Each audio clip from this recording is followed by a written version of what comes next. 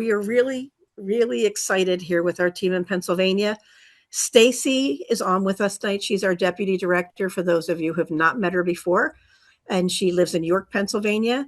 Amber is our organizer in Central Pennsylvania. And then Claire handles the west of Pennsylvania, top to bottom. And we're out there doing events in your communities. We also have an organizer here in the Philadelphia Collier counties who's not able to join us on the screen tonight. And then also many of you know Amy, who handles Northampton, Lehigh, where a lot of the big races are this year. And she is having a wonderful time, I hope, on vacation this week, so she will not be joining us. But as we get started tonight, we wanted to do a series about citizenry in Pennsylvania. Basically, again, Civics 101, 101, not one-on-one. But we're kicking it off. We're beyond thrilled tonight to have three really special guests for you. Carmina Taylor is going to speak, then Mayor Jamie Kinder, and then Pastor Jay Bergen from Germantown Mennonite. So as we get started, you want to go ahead and advance the slide for me? All right, what's on the line in Pennsylvania? Before I even start this, I'm going to talk just for a brief minute about the SAVE Act. We're all upset about what's happening. It's kind of scary that we learned on a call last week, we participate with a group called Emergent Threats, that they're finding almost half of the people in Pennsylvania think that the SAVE Act is already law. It is not. It passed the House. It has not passed the Senate yet. We all need to be making phone calls, sending emails, everything to let our senators know we do not want them to pass the SAVE Act and take away our voting rights. So it's out on our Facebook page. It's on our app everywhere. And we'll try to get, if somebody could find the link and drop it here. We've even created a way that you can just click it, put in your name, your address. It'll automatically then, when you hit send, the email will go to your two senators. We all know Dave McCormick is going to vote yes to try to restrict our voting rights. We do not know yet what Fetterman is going to do. So just be aware. Rumors were the votes this Wednesday. Then today that came back and they don't know what's going on. So as we continue to work on this, just stay up to date of what's happening. We will do our best in the app and on our Facebook channel to keep you up to date. But what we are facing in Pennsylvania this year is elections. Every member of our state house is up for election and half the Senate. Our lovely governor and lieutenant governor are also up for re-election. And down at the bottom corner was something that we were all shocked to learn. The last time we elected Democrats to the governor's house, the Senate, and the House in Pennsylvania was 1978. I think 48 years is enough. I think it's time. Now, we did have a Democratic lead in 1993, I believe it was, but it was not elected. A Republican, one person, changed parties, and for a short period, we had the Democratic lead again there because of that. But this year, we really need to make change. Red, white, and blue is nonpartisan. But when we look at who's running this year and what party they're with, they tend to all be Democrats this year who are sharing our values and wanting to protect our rights in Pennsylvania. Next slide, please. Okay, so our assignment. We've got to re-elect Governor Shapiro and Austin Davis. If we can get that done and flip Senate seats and have a tie, Austin Davis is the tiebreaker.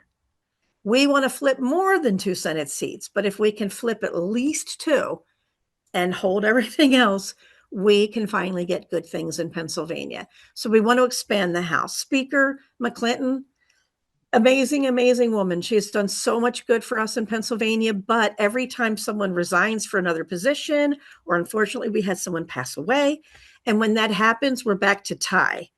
And we don't want that. We want to let the speaker sleep at night knowing she has a good group in the House there to support her and her work. So we want to expand the House, and there's some really possible flips out there for us this year. We can be picking up more seats there. And then in the Senate, people go back and forth. How many seats are possibly flippable this year? And at first they were saying there's only 2 to 3. We've now identified a 4th, and it sits on the line of Bucks County and Lehigh County in Senate District 16. That's an area where Josh Shapiro won by 52.5% 4 years ago. And the person, the Democrat who ran there last time, got kind of close. With what we have seen in the last November election in Pennsylvania was a strong shift away from extremism. So if ever there is a time for us to take back the Senate, expand the House, it's this year. We've got to do the work. Next slide, please. All right. So for Pennsylvania, the U.S. House. We want to take back Washington too. And all eyes are on Pennsylvania. And we're not joking when we say that. National groups are already funneling so much money into Pennsylvania because of all the states. We have the most flippable House seats. 7, 8, and 10 are really, really strong potentials to flip. 01, Brian Fitzpatrick, again, bucks in a sliver of Montgomery there. It's going to be harder work, but there's great candidates who are running. Pay attention who's on your primary ballot this year. It is signature time right now. Find out who, if you live in 1, 7, 8, or 10, or have friends who do, reach out to them. Say, this is all on the line right now. Take a look at who wants to run in the primary. Sign petitions to help get names on there. And on May 19th, we need to really show up in the primaries. Primaries aren't a joke. It is a time for us to express our support for the candidates, even if they're uncontested. Get in the practice of showing up and voting. And so Josh Shapiro is uncontested. I'm a Democrat. I'm going to go and vote. I don't have any contested races, it looks like right now, that are going to be on my ballot. I will show up and get my ballot counted. Next slide. Okay. What does citizenship look like? It's a lot. And we see it at Red, Wine, and Blue all the time. And it's my favorite part of being here. It's bringing people together. It is helping people understand what their work is and what they can be doing. We are seeing it right now in school boards. We're seeing it in Quakertown. For those of you who did not see, students led a walkout from Quakertown High School, and the chief of police in plain clothes got out of an unmarked car, and it escalated quickly, and it looks like he had a child in a chokehold. And the community showed up in ways we never expected. I feel bad for the commissioners there tonight, because there is a meeting tonight, and everybody made sure they got plowed out and shoveled out, and huge crowds are showing up there tonight. So it's going to be interesting to see what happens. And then last week in New Jersey, I'm not sure if any of you saw it, there is a data center being planned. The community showed up, and 20 minutes before the meeting, they had to say no one else can even fit in the building, even with standing room. There was a massive crowd of a couple of hundred people who stood outside of their township building in the freezing cold last week, waiting to see what was going to happen. And there's the video of a man who came running out of the building yelling, "We did it. We stopped the data center." That's the power of citizenship. And I've had the pleasure of meeting someone who taught me a lot about citizenship, and that is Carmina Taylor. She happens to live here outside of Philadelphia. There's pretty much nothing she hasn't done.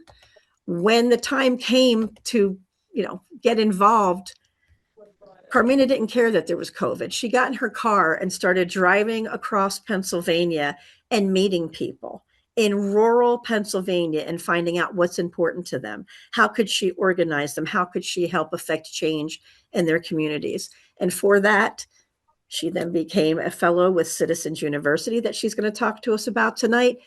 And she won a wonderful honor and medal from President Joe Biden. And I want her to talk a little bit about that. So right now, Carmina, take it away and tell everybody about your magic. Good evening, everyone. I am very excited to be here because citizenship means a great deal to me.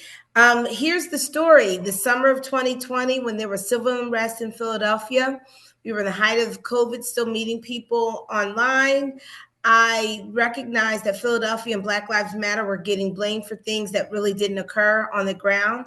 And so I kept having meetings with people across the state virtually and found out that there was racial injustices all across the Commonwealth outside of outside of Pittsburgh and Philadelphia. So I did. I got in my car, and now looking back, I must have been crazy because I went into deep to high pockets of rural PA that did not have bandwidth.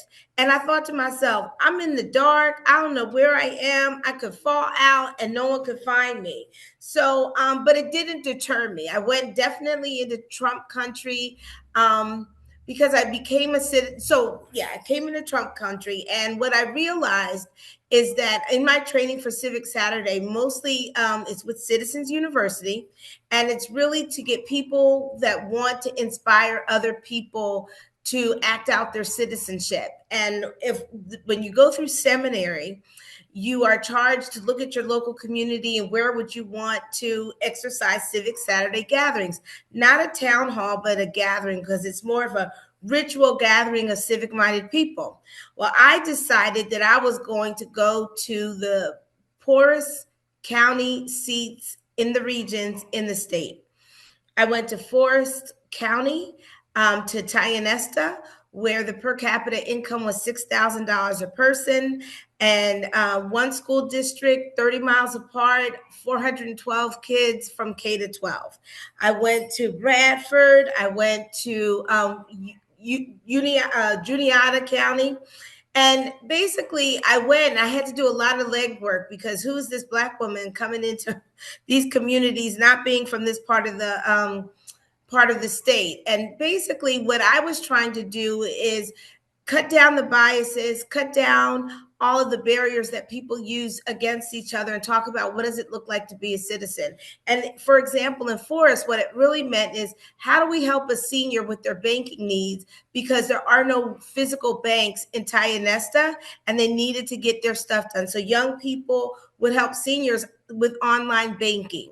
And as I grew to find out the different needs in smaller communities or poor communities in Pennsylvania, the CEO of Citizens University nominated me for my work for President Biden's United We Stand Summit. I have to tell you, my life has never been the same since that moment. I was one of 16 people that were honored as National Uniters.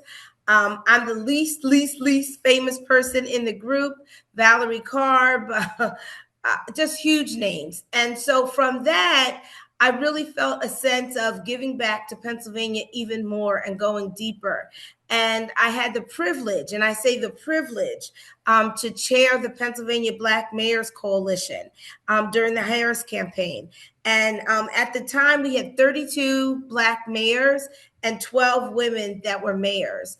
Now, after the recent election, we have 34 Black mayors and 16 Black women that are mayors, which is just an incredible feat. There's nothing like that in Ohio, Virginia, in this little region here, Maryland. There's not that many Black mayors. And the beauty of all of this is that they are not just from Pittsburgh and Philadelphia and Harrisburg.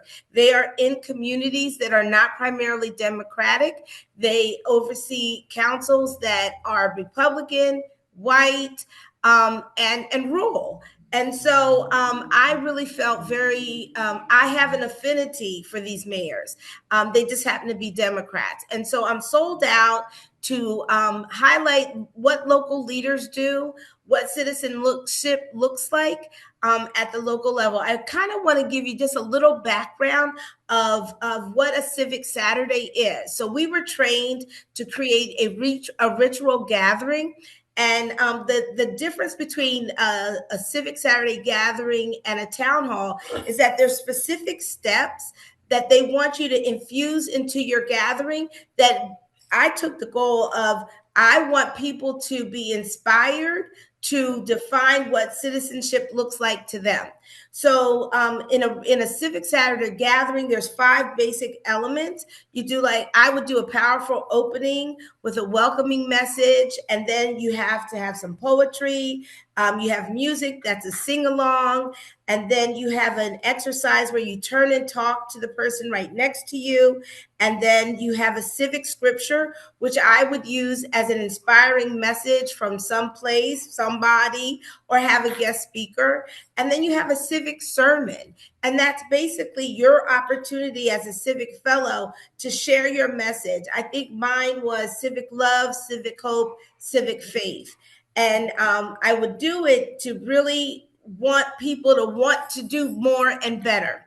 And then after you have the civic sermon, you have these civic circles where then you're in smaller groups, but in bigger spaces than the turn and talk. And you kind of digest what happened through the process, what happened from the beginning, the middle, and at the end of the sermon. And you walk away with defining, what does citizenship look like in my immediate community after I've been inspired to exercise? And it's not about voting. It's about, how do we move the needle, right? We want to talk about what democracy means to us, what the commitment to democracy looks like. How do we become powerful, responsible, resourceful citizens to move what we need to move as we identify what's necessary in our communities? We really try to engage people to come up with their own basic mantra for themselves individually, and how that could look in a collective manner. And what I was so proud of is that I would customize my civic gathering to the environment that is immediately in that community, in that space, in that region. And so that was very helpful in adjusting to Northwest Pennsylvania, to Central PA, to Northeast, and in Philadelphia. One of the things that Citizen University does is it also gives you an opportunity to expand your role. And you can be a Citizens Redefined mentor, which I am. And that's taking my skill sets and the things that I learn and glean as a Civic Saturday Fellow and pour it on to youth directly. I happen to have a student ambassadors program on culture proficiency. So I taught my students how to look at citizenship in the eyes of how they can get their peers in their community together. And then from that, my student ambassadors embarked into another program in Citizens University called Youth Collaboratory, where they get amongst their peers on a national level and devise citizenship activities and projects on a local level. So I am a proud Citizen University family member that has multi-prongs, but I pour it all into Pennsylvania because I think it's vitally important. And I think that I have an opportunity to encourage and inspire other people to do the same thing. So I have been on numerous calls, like Sherry says. I'm constantly interfacing with people that are looking at how are we challenging our current election cycle in 2026. And I was on several calls between last night and this morning where we talked about that Trump is really doing an assault on all levels in different layers, and that regular getting people out to register to vote is not enough. And we have to devise a way, working with as many organizations and people that we can, to energize people to vote, but not because of Trump, but because we want to preserve our communities. We want to act out our citizenship. We want to inspire other people that are in our sphere to make a bigger sphere. So I just firmly believe that the more that you put in and commit and define how you want to be good to others, the more that you produce. I don't know where I'm on time. Oh, I am. I've got 1 minute. So one of the things that I'm available to talk. I really want to have 3 regional civic Saturdays this year, in May, in July, and in October. And the reason why I want to do it in October, Eric Liu, the CEO and co-founder of Citizen University, is launching his new book. He's amazing. He's mesmerizing. I just get breathless every time that I talk to him. But he has a book that's coming out. I think it says What Democracy Looks Like. And I just think it's a great opportunity for people to get to know him, the organization, what we do. And I want to build momentum from each side of the state. And so what I would like to do, because of all of that, is introduce one of my most fabulous mayors that we have in our coalition group. I met Mayor Kinder when I was on the western side, like Pittsburgh and the West became my second home during the Harris campaign. And I had never heard of Meadville, never heard of Crawford County. And she is so effervescent. Her spirit is such it's infectious. And when she started, I actually asked her to do an event for me in Erie, and she began to tell people in Erie how she was mobilizing Meadville based on the acute needs of her community. She had housing solutions, she had childcare solutions, she had after school solutions. And to know that it's a small, dated, an older community, housing is older, a high percentage of poverty rate, she is making solutions. But the thing about Jamie that makes it so different is that there's never a moment when I call her that she doesn't say yes. And I think that makes the difference. We're past the Harris campaign, and she's never said no to me. And I think that when you're trying to work with people that inspire people locally, and you have someone that you can call, God knows them. I got on the mayor's nerves because I would call in the morning, at night, text whenever. But Jamie has never, never, never not talked to me, not responded to me, and not helped me. And I think when you're looking at a leader, she gets it, and she's selfless. And I just want to showcase her strength in leadership. Oh, lastly, this last election in November, she was the highest vote getter in Meadville's history for mayor. She's the first Black mayor. She has a city council of 5. 3 are Black women. And so here's the thing. They like Jamie. And her community is over 90% white. They like the people that chose to lead that just happened to be females and Black. And that alone just gives fodder to the fact it's who you elect, not why you elect them. So without further ado, my favorite from Crawford County, Jamie Kinder, the mayor of Meadville. Hello, everybody. Jamie. So I did want to just say thank you, Carmina, for that introduction. It was very, very kind, very kind. I am the mayor of Meadville, Pennsylvania. I am in a community of about 13,000 people. I believe in my community, and I love this place. My mother was here. I was raised here. We are under 5% Black here. And growing up, right, it was always the same names, the same people, right, that ran this town. And what that does to a community, big or small, right, is it makes you feel like you're not listened to, right, that you have no chance, and that the people aren't planning for you, right? Small local elections, no matter where you live, they matter, and there are people making decisions about your life, your everyday life. And so that's why it's so very important that we become and get people energized, right? And get people to want to be a part. I'm just going to tell you a little bit about why I'm a part, right? What activated me, because I'm a single mother, right? I'm a Black woman. I had 3 kids, and I've always lived in poverty. To this day, I live in poverty. We are not paid for this job, right? But that is okay, because although life is hard for all of us, it is good, and we are fighting for something good. So needless to say, Meadville was going through a heart and soul process. I don't know if anybody has heard of that. That is a radical listening process, not done by me. I was a part of some of those meetings, and it is held by Heart and Soul and PA Humanities. We got a grant, right? People brought this organization in. We got a grant of like $10,000. And if you're a community of 50,000 or less, you can also go through that process. What I learned later is, through that process, through listening to people who are not listened to historically, once the process is over, and people try to go back to status quo, how it was, something breaks, right? People say, wait, I was listened to, I told you, and now I want action. And that's what happened in Meadville. There was a report written, and the report said, Meadville's racist, right? like that's it. And people got very angry. We know that people would rather be racist than be called racist, right?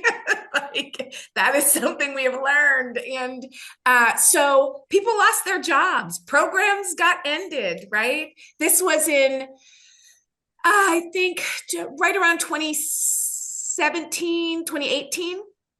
And what happened from that process are two people with no last names that we've ever heard of, right? Two people that were part of that heart and soul process ran for office, right? And although we are a board of 5, they won. Grassroots, right? They gave people hope, right? And although they won, what happened is they were not a majority, so they couldn't get anything done, right? But they won, and people noticed. And what they did is, when you put yourself out there, again, it is hard and it is scary. It lit little fires, right, for people. And those fires started to get close enough, and we started to kind of burn this place down, right? And what happened is, I am the second wave of people running for office. People asked me to run. And like Carmina said, I have this terrible issue with saying no, right? If I've got the time for you and you want me there, I feel very honored, right? So I'm like, yeah, sure, let's do this thing. I'm kind of the type of person that's like, all right, I'm on go. I'm ready to march today, right? I'm ready to go today, right now, all the time, and fight for people. I'll stand in the front if you need me to, if it's going to make people come up and stand up with us, right? Like, that's okay. I'll do that. I raised my babies and it's my turn, right? I need to.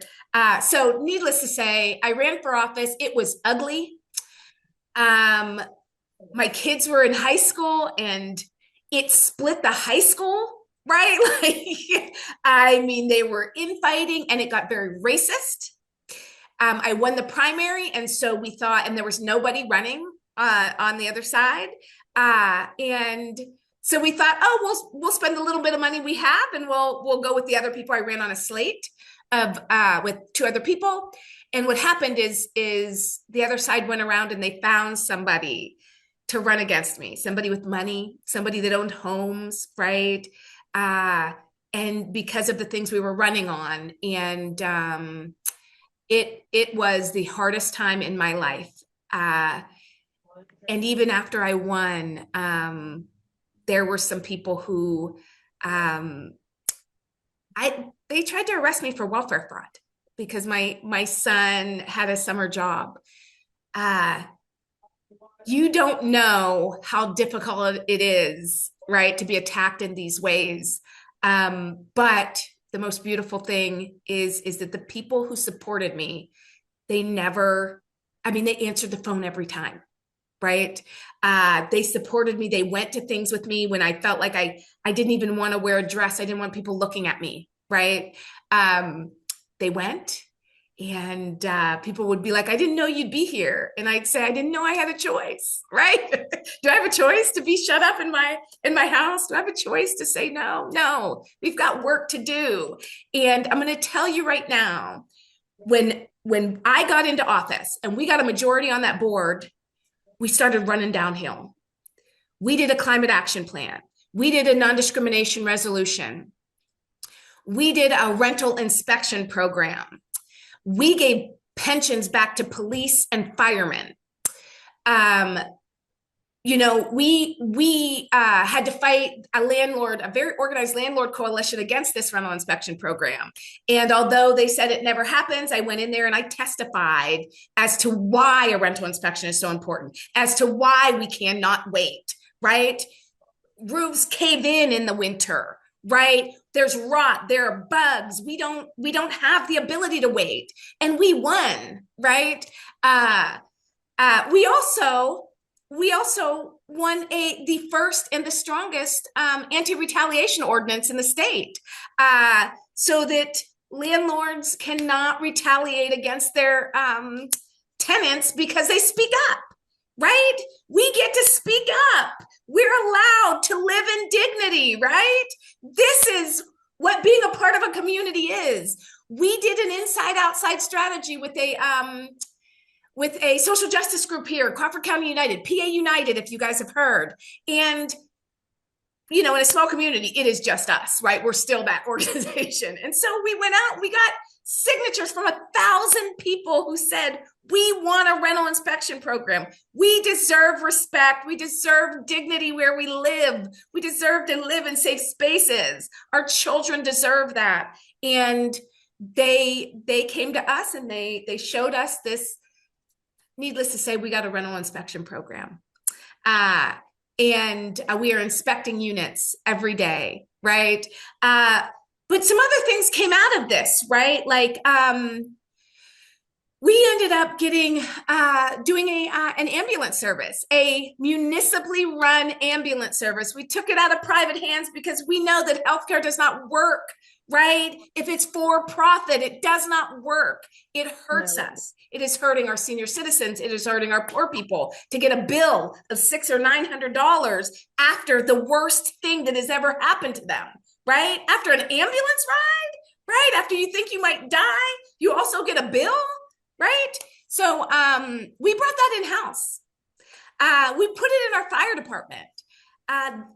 They now are all of our fire department and our ambulance people, our EMS, they're cross-trained. So we didn't have to hire tons of new people. We cross-trained them so they can go on either, right? And what that did is, what it taught us is that when you put people first, right? When your community comes first and you listen to the needs of the people, it moves your bottom line. We have balanced our budget for 3 years in a row because we put people first, because we started new programs, because we gave back pensions, because because people are happy in their jobs, because people matter and they live with dignity. We balanced the budget too, right? So the things that they've done, the big day, right? The things that they've done, the things that they've said, the things that we have grown accustomed to, that's the big lie, right? We don't have to run on bare bones. We don't have to not hire people. We don't have to pay them less than livable wage. We can do all that and balance our budget. We can do all that and care about our communities, right? Meadville is a place that cares about its neighbors, right? And your city cares about you, right? And what are some of the residual effects of this, right? The residual effects of this is we have an organization called the Hope Community, right? It's run out of our greenhouse, which is our women's shelter. And what they've done is they've gone into the most underserved community in our city. It's kind of off, only connected by one bridge, right? It's got a trailer park. It's got right, like, and it's below the flood line. Okay. It's historically where they would want the unwanteds, right? But we want them all here. So they started talking to their neighbors, and it was just like this community outreach program that talked to each other. They started a neighborhood council, and they have a residence council now, just in a neighborhood. When somebody's roof caves in or their garage needs work, they all get together and they put the work in, right? These are communities and sub-communities coming together and taking care of their neighbors in real time, right? When the country feels like it is chaotic and they don't care about us and they are attacking us for being poor, for having minimum wage jobs, right? All of a sudden we're the bad guy. But when we come together as a community, it doesn't work. Right? We are no longer lonely. We know what the real world means. We understand what is going on, right? Because we are connected and we are inoculated from this disease that is coming in from the outside, right? We understand each other, and we know that my neighbor who is, maybe I have a gay neighbor, or maybe I have a Black neighbor, or maybe I have right? We know them. They've helped me. They love me. I don't hate them, and I can't, right? And that is why whenever I mention that community is the solution, that's it, right? Our neighbors are the solution. Our relationships and connections are the solution. But other things have happened and come through. Oh, I'm just about out of time. I'm just going to tell you briefly about two other things. Common Roots is an organization that is a rental co-op. We're trying to keep rents down. We know how many houses we need in this co-op to control the market rate of housing, right? So if we get enough houses into this program, we will make up how much rents will be, right? That's what we'll do, and we can control that in a town if we work together. The other thing is Northwest Investment Co-op, which is a co-op of people, almost 100.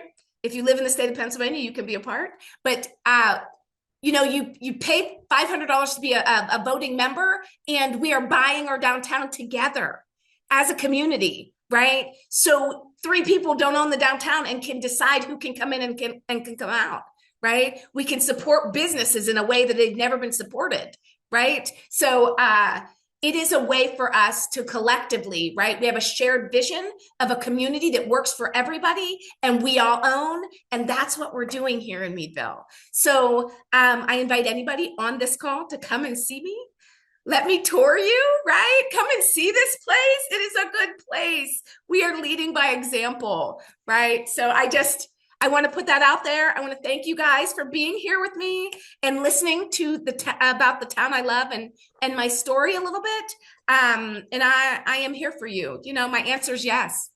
Just let me know. Thank you. Wow. If the chat is any indication, Mayor Kinder, we all want to clone you and bring you to our towns.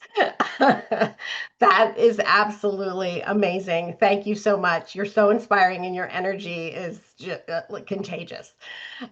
Just a reminder for everyone, we are recording tonight. You will receive this recording in a couple of days. Please feel free to share this with your friends who are struggling right now, because I think we've gotten a lot of hope and positivity.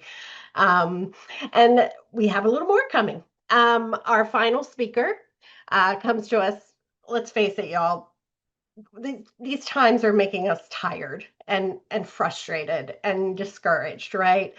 By the persistent onslaught of social injustice that we're dealing with. But if you're wondering if your voice really matters, or what meaningful action really looks like, you are not alone.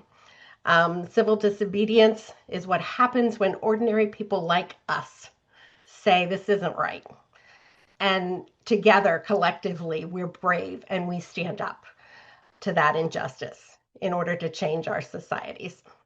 So Jay Bergen is the pastor of Germantown Mennonite Church in Philadelphia. They bring 15 years of experience in direct action campaigning and broad-based organizing to their current work leading No ICE Philly. Please join me in welcoming Pastor Jay. Thanks, Stacy and Sherry and everyone. Thanks so much for having me here.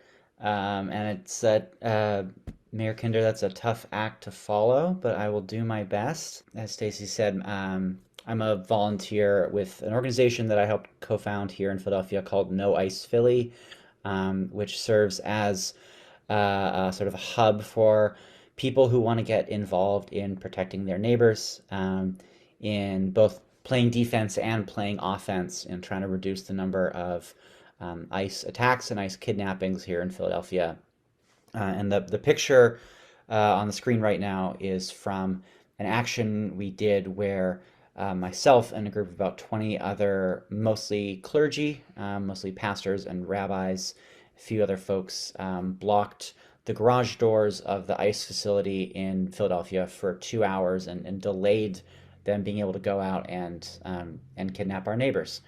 And so I want to sort of talk a bit about the framework for how we think about taking action like this, and how it can complement and support the incredible inside work that folks like Mayor Kinder are doing. So first I want to zoom out a little bit and talk about the different roles that we can all play in any movement for creating change, for making a more just world. And this framework comes out of some different scholar activists in Philadelphia. but it's kind of used all over the country, all over the world now. And they say when you look at a really healthy social movement, regardless of whether it's a peace movement, a movement to overthrow a dictator and a dictatorship, movement for women's rights, for unions, for housing justice. A really healthy movement has kind of four different roles that organizations and people play. And the first are advocates.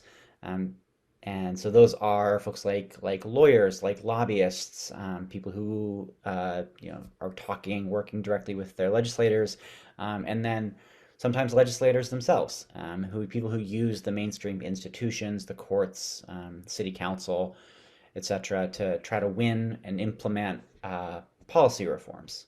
These can also be advocates in the corporate world, trying to push corporations to change their behavior.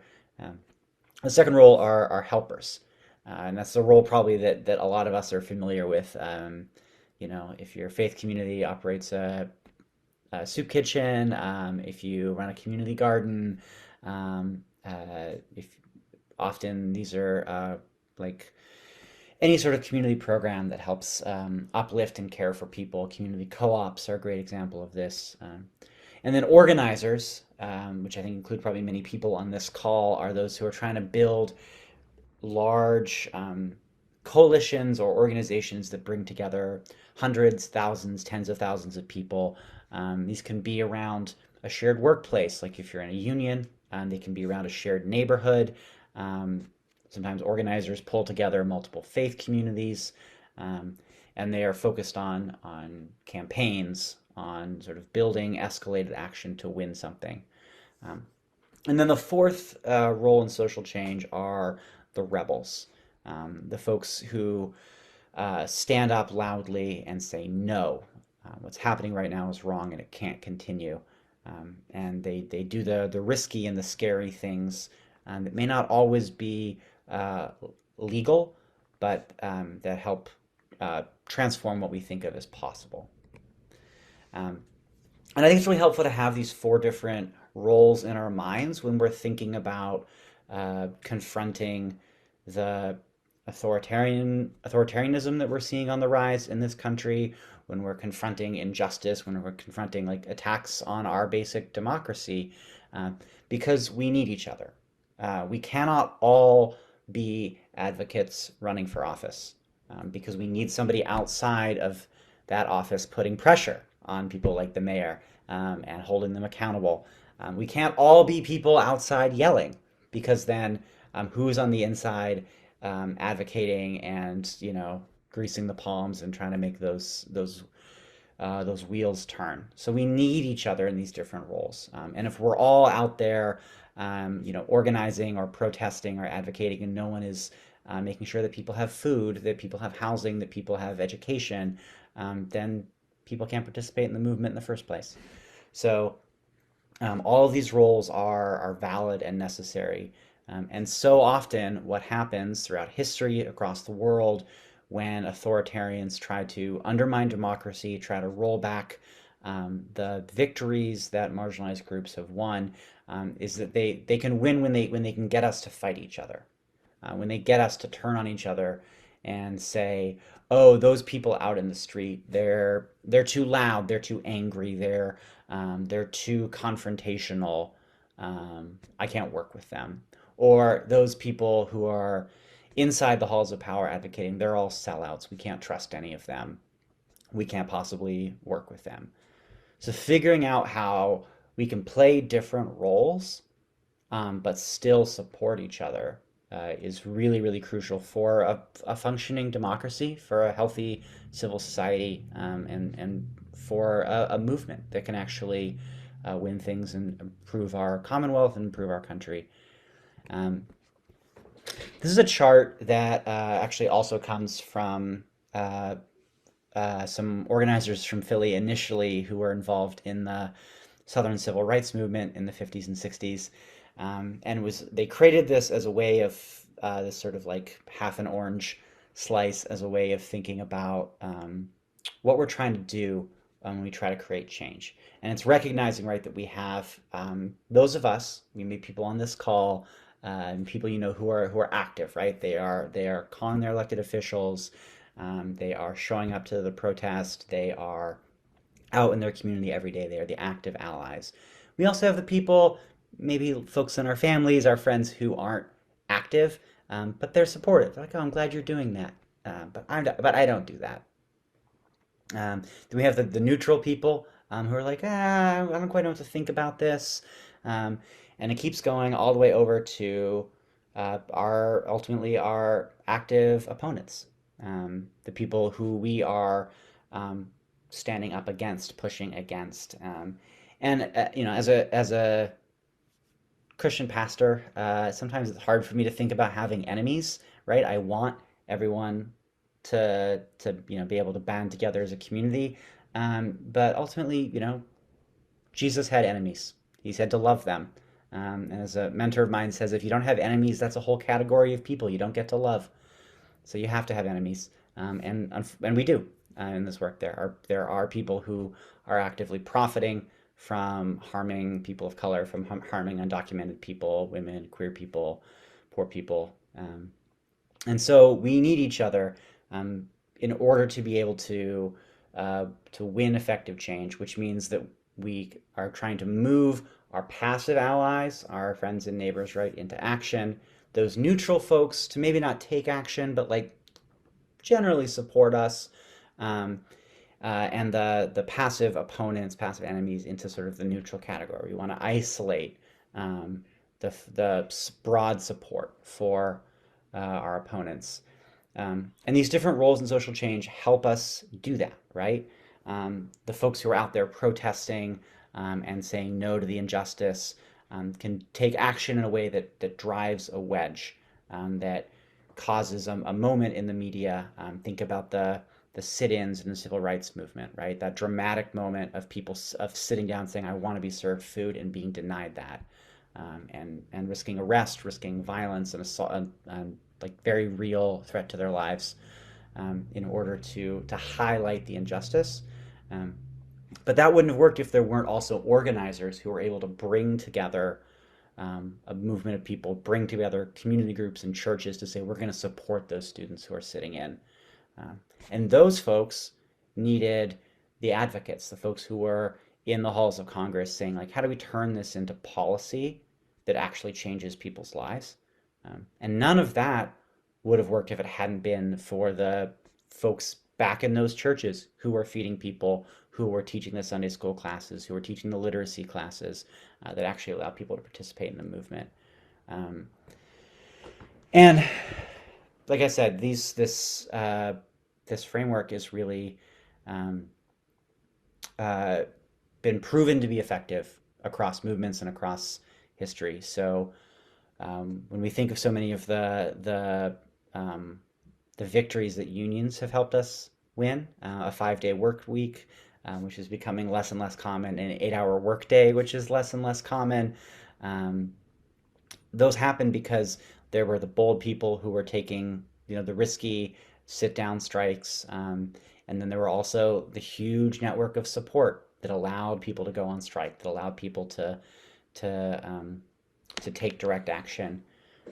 As a queer person, I am a beneficiary of the years of advocacy for access to AIDS medication, and better research around funding for AIDS research. And that happened because both AIDS activists did dramatic direct actions, like inflating and dropping a giant condom over the FDA building, and other sort of very dramatic, flashy things.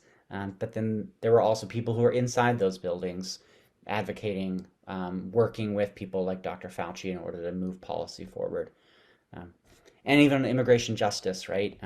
The fact that there have been in the past legal protections for people who came to this country as children, and then have grown up in this country.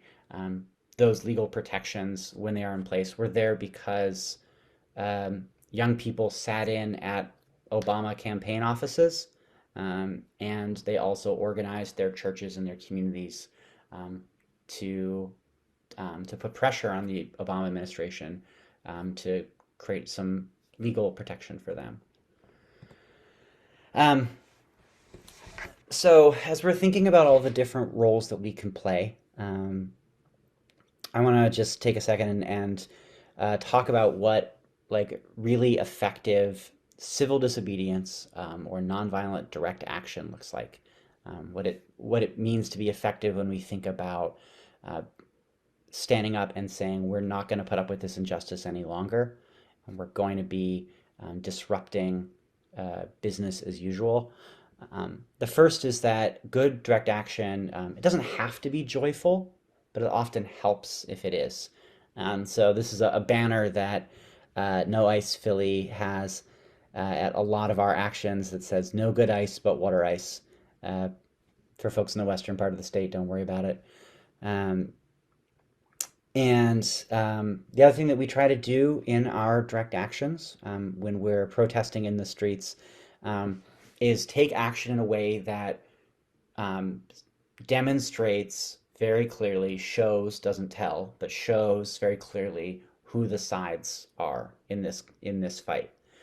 So this second picture is a picture from a day-long block party that we tried to throw outside the ICE office. And we said, we're going to block the street in front of the ICE office with this big, joyful block party. We're going to have DJs and art and everything. And then it was 35 degrees and rainy.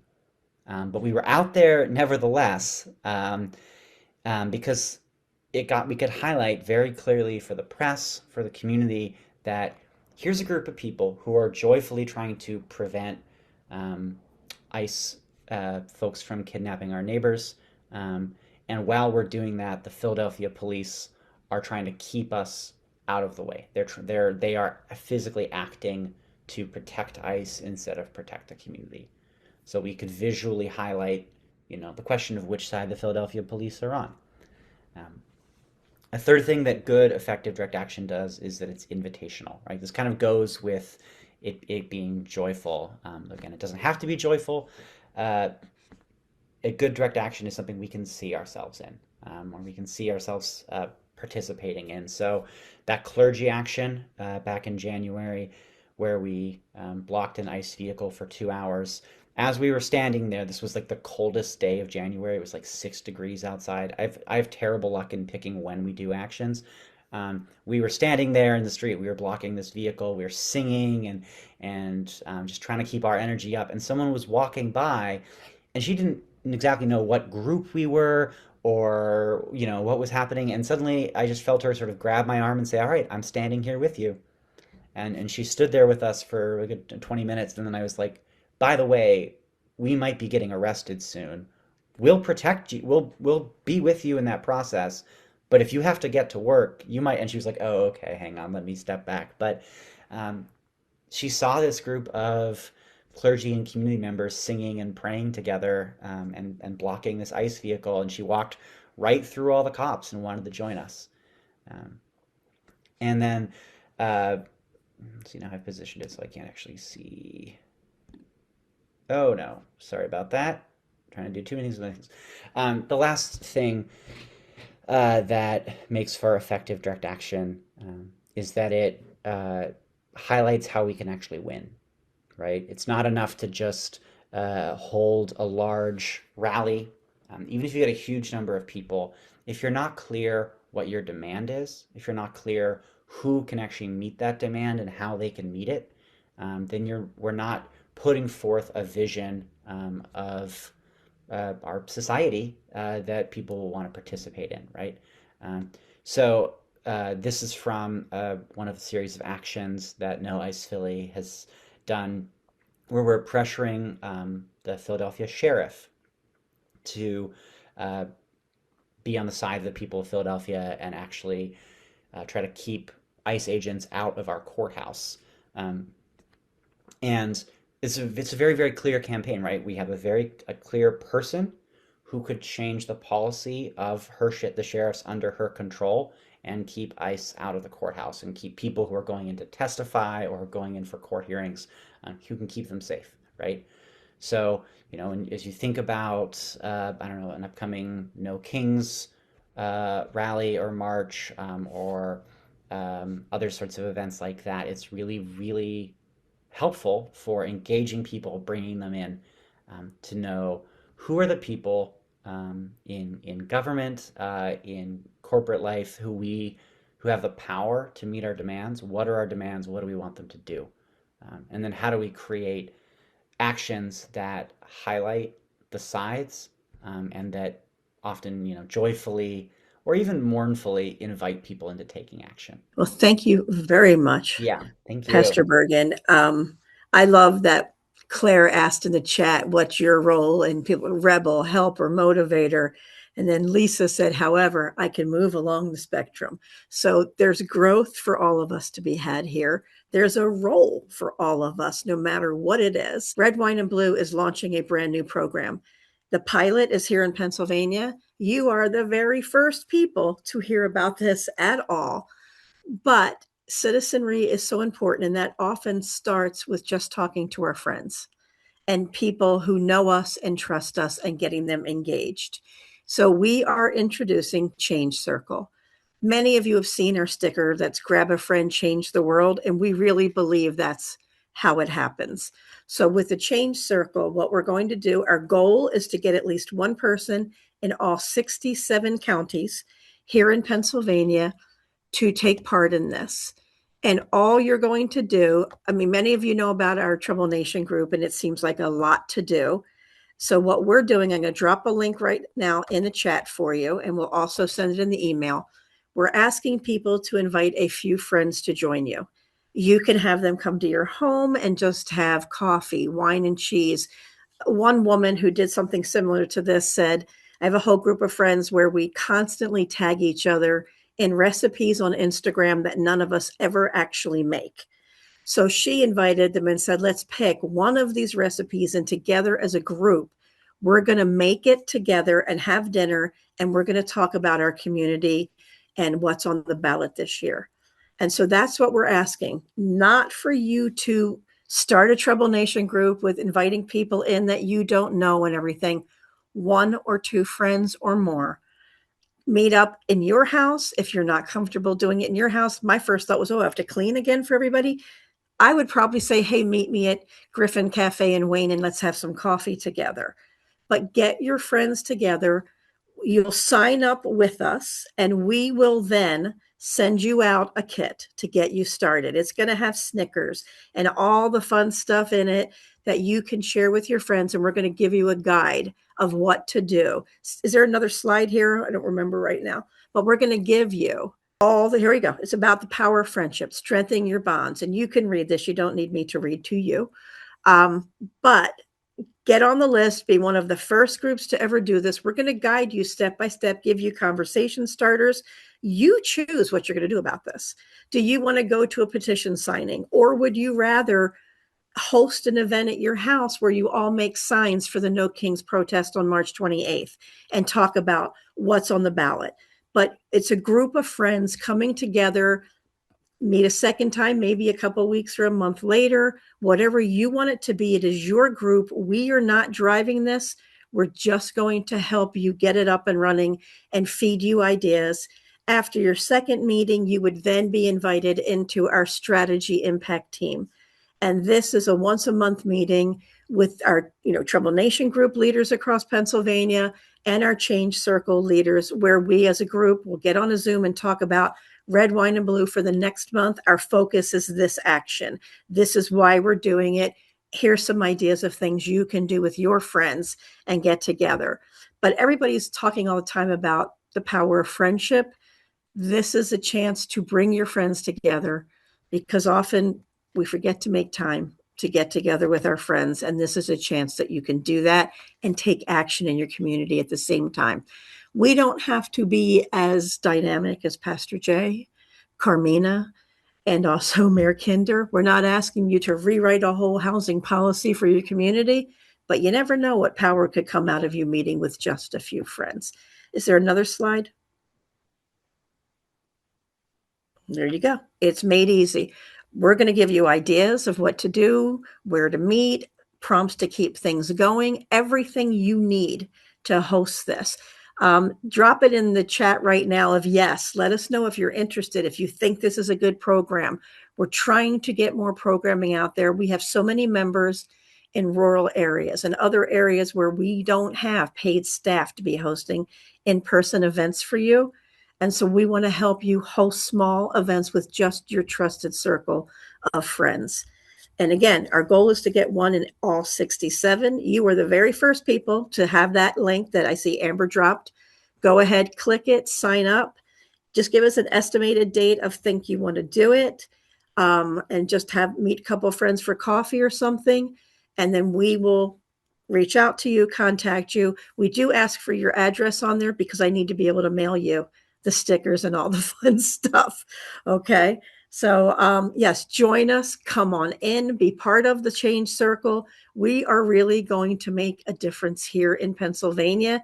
That's going to get us through this election cycle. It's going to get us through ICE. It's going to get us through the SAVE Act. Everything we need to do, because together we are all going to be in it and doing our own little part.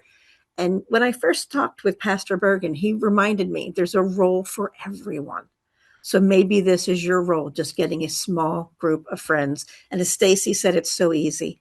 Have it at your house or just go meet for coffee somewhere. And we give you the stuff to hand out to your friends to make it fun and give you ideas of what to do. So again, if you can, I'll drop it again. Here's the link. Just go ahead and sign up. And then we will reach out to you and get you the swag and everything you need to get the group going. I'm sorry we've gone over. That's typical what we always do because we have so much to talk about and we have such great presenters. So tonight, I just really want to thank Carmina. Thank you so much for being here with us and sharing your wisdom, your courage, and everything you have done.